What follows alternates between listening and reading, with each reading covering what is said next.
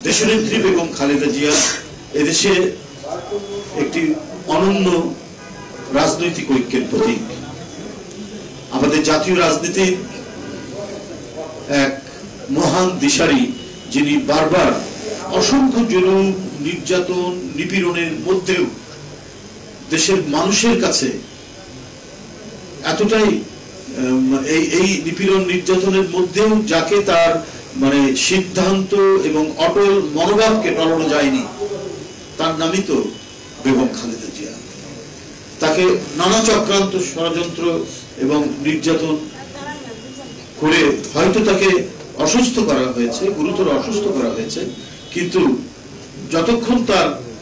তিনি আমাদের সাথে কথা বলেছেন বা তিনি সুস্থ ছিলেন, ততক্ষণও তিনি এদেশের মানুষ এবং স্বাধীনতা, সার্বভৌমত্ব এবং গণতন্ত্রের প্রশ্নে তার যে দৃঢ় মনোবল, সেই মনোবলকে দুর্বল করা যায়। তিনি গুরুতর অসুস্থ অবস্থায় ভারকিয়ার হাসপাতালে। আমরা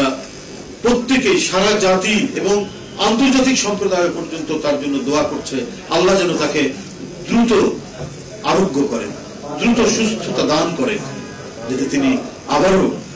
জনগণের মধ্যে ফিরে আসতে পারেন, তার দেশের মানুষের কাছ থেকে এসে তিনি যাতে তার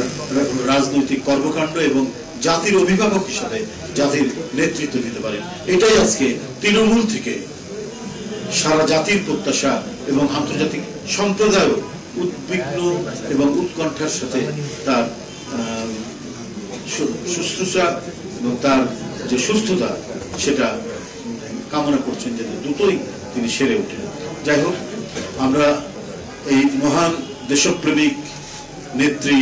দেশনেত্রী বেগম খালেদা জিয়ার আশু সুস্থতা কামনায় আগামীকাল শুক্রবার প্রতিটি মসজিদে, দেশের প্রতিটি মসজিদে, মন্দিরে এবং অন্যান্য ধর্ম সম্প্রদায়ের উপাসনালয়ে তার আরোগ্য কামনায় অন্যান্য সম্প্রদায়, ধর্মীয় সম্প্রদায়, হিন্দু, বৌদ্ধ, খ্রিস্টান, তারা প্রার্থনা করবেন এবং বাংলাদেশের প্রতিটি মসজিদ, সেখানে তার আরোগ্য কামনায় আমরা দোয়া এবং মোনাজাত